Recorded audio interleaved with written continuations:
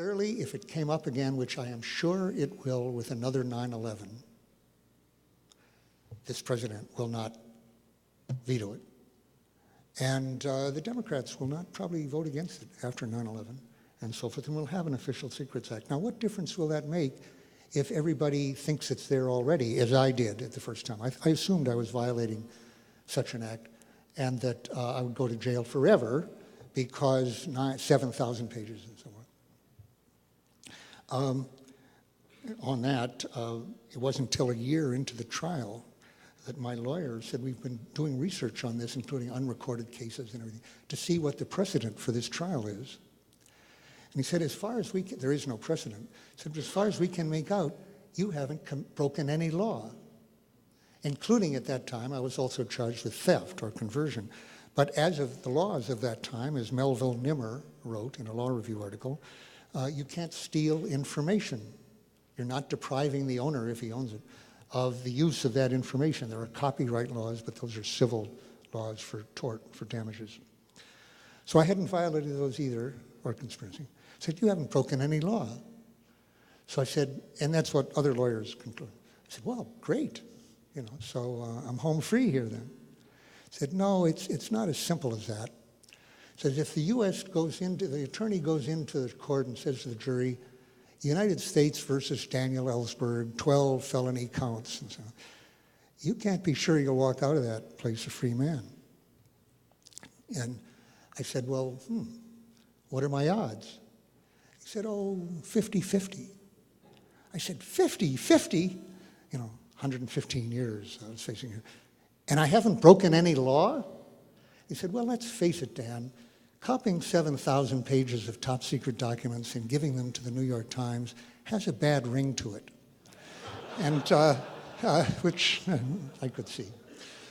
So the glory then of our system is, I would say, that I hadn't broken the law at that point, although it may well be that with new judgments by the new Supreme Court and by others, actually the law has evolved in the direction of interpreting this as illegal in the last 20 years or so. And this court would probably almost surely go along with that. And I would break it if the situation arose again. It seemed to me right. But as of that time, I hadn't broken any law. Amazing, wonderful country, I would have said. Since I'd done the right thing, it seemed to me that I shouldn't go to prison for it. But the law has evolved in a number of ways. The things that were done against me, going into the doctor's office, sneak and peek, it's now called, is legal without a warrant under the Patriot Act, under many things.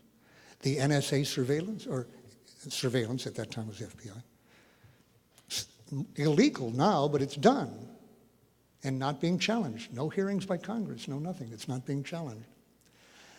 Use of the CIA, legal against domestic citizens under the Patriot Act. So the various reasons that led Nixon to break laws in order to silence me, and then had to break new laws in obstruction of justice to keep his own criminal involvement secret, and eventually got tangled up in an independent judiciary with a special prosecutor, which I'm sorry to say we don't have. Now, I don't know if people agree with that, but I'm sorry we don't have that now, despite its misuse in various times in the past. That did, of course, bring Nixon out of office, facing impeachment and possible prosecution if he hadn't been pardoned, and made it possible to end the war. Nixon would have continued the bombing had he not been removed from office, even if Congress had cut the money off. Reagan, after all, did face a cutoff of money for terrorists in Nicaragua, which he was financing. And he found the money otherwise, unconstitutionally, from the Sultan of Bahrain and from Saudi Arabia and from Iran, the terrorist state, selling arms to them. He found the money not appropriated by Congress. Well, Nixon would have done that. I think he would have invented that sooner than Reagan. But nevertheless, it was possible with that entanglement that came right from our Constitution, basically from observing it in the end, that did, in fact, make it possible for Congress at last to cut off funding after the troops were out and end the war. I think we're facing three major crises right now. There's been a lot of talk here, more than one would find in almost any other group, of defects in our system of government, even going back, indeed, to the Constitution, which had a lot of defects, slavery for one, major. But still, many, many wonderful aspects which I've come to appreciate much more than I ever did before. The separation of powers.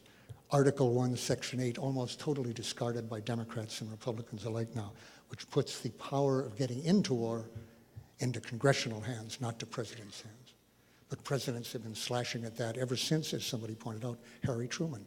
I thought Taft was wrong at that time to denounce Truman for his precedent he was creating. I was wrong, Taft was right, and Harry Truman was wrong. Created a terrible precedent. So various aspects like that, including, of course, the Bill of Rights and the impeachment clause, which is now regarded as, impeachment off the table. The three crises we're facing are Iraq, but that's a rolling crisis. My own opinion is that neither Democrats nor Republicans will get us out of Iraq. When it comes to keeping bases there, Hillary Clinton has said explicitly she would keep them there. I won't go into that. She would not get all the troops out. This was March 13th, reported March 14th in the New York Times. Look it up on Google, it's very worth seeing. She explicitly came out and said, I would not get all the troops out of there. Well, she's not alone on that. That is the Pelosi bill. That's what many other people are coming, and the president himself is now talking about considering plans for cutting things down in half, staying in the bases in Kurdistan, near Baghdad, the Green Zone, the various other bases, preventing the country from going into chaos, preventing Turkey from coming into Kurdistan, various other interests that involve keeping our bases in the oil regions forever, I think. And when the president said through Tony Snow 2 days ago, and Gates said yesterday that he thinks Korea, remember that, is a good model. We're talking 50 and 60 years, and I've been saying that for the last couple of years. That's what I think is likely. Of course, I'm struggling against it. I would like that not to happen. I think that is what is likely to happen, and electing a Democrat will not change that, in my opinion. Second, I just have a minute left here. I'll have to speak very rapidly. I'm going to take 2 minutes, I'm sorry. Second, Iran. There are those people that I respect. Robert Scheer, for example. I respect his opinion in most things, on such things, more than mine or as much as mine, and others who think that is zero probability now. I disagree. It's true, it would be insanity. It's true that it would be, I don't have time to go through, but you know all the reasons. That would be terrible, terrible effect and its consequences. Should be off the table. And yet the Democrats, like the Republicans, have been saying it's on the table, including the use of nuclear weapons if necessary. Well, that could be just braggadocio and bargaining and so forth.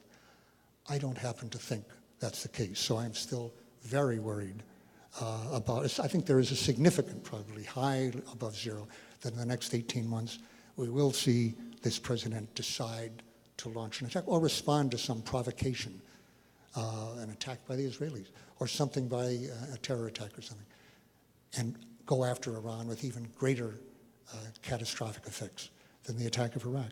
And third, I've been describing most of this time a real crisis to our Constitution. Now, I don't have time, but I've pretty much indicated where I think that is. If someone were to say that crisis is over, it's not a crisis now, the Democrats have accepted it, we're going to have a precedent for years for this stuff, it's not being opposed, it'll be hard to oppose that. It's too late. Chalmers Johnson thinks that, I think.